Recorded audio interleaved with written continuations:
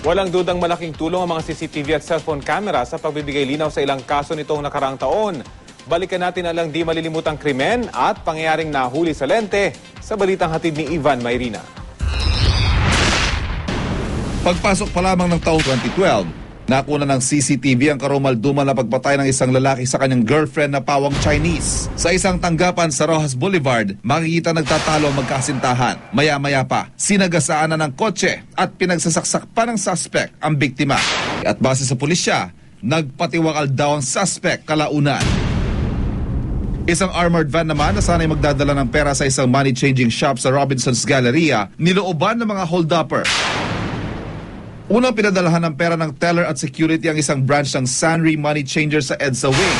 Matapos ito, pumasok na sila sa loob ng mall para maghatid naman ng pera sa may Ortigas Wing. Doon na sila pinagbabaril ng mga armadong lalaki. Sa video ng kuha ng CCTV, makikita ang hinihinala mga suspect na tumatakbo palabas ng mall. Ang isa ay may dalang bag na siyang pinaniniwalaan naglalaman ng perang ninakaw na nagkakahalaga ng higit sa 2 milyong piso.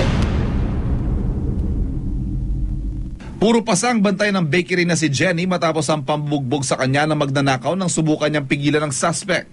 Hinataw ito ng drawer, pinagtutulak, sinapak at sinakal pa ito. May punto pang pinaghahampas siya ng bote ng suspect. Nahuli ang suspect pero nawawala na ang ninakaw nitong 7,000 piso. Isang Amerikanong asawa ng diplomat pinatay ng mga suspect na nakaalitan nito matapos hampasin ng 2 beses ang biktima ang sasakyan nila. Sa CCTV video, makikitang nag-uusap pa ang biktima at gwardya ng may dumang SUV. Ang gwardya may tinanong sa may SUV. Gayon din sana ang Amerikano pero pinigilan ito ng gwardya. Pag-alis ang sasakyan, hinabol pa ito ng biktima. Hindi nakita sa CCTV pero doon na nangyari ang paghahampas ayon sa gwardya. Nagawa pa umanong itulak ng biktima ang isa sa mga suspect. Doon na pinagtulungan ng suspect ang biktima. Ang kaliwang hiwa sa may leeg ang siyang ikinasawi ng inactive US Marine officer. 3 estudyante naman ng Far Eastern University ang pinagbabaril sa harap mismo ng kanilang paaralan. Ang pagtakas ng 2 suspect nakunan din ng CCTV. Umaripas ang takbo at nagsusuot sa kalye mga suspect bago sumakay ng pampasaherong jeep.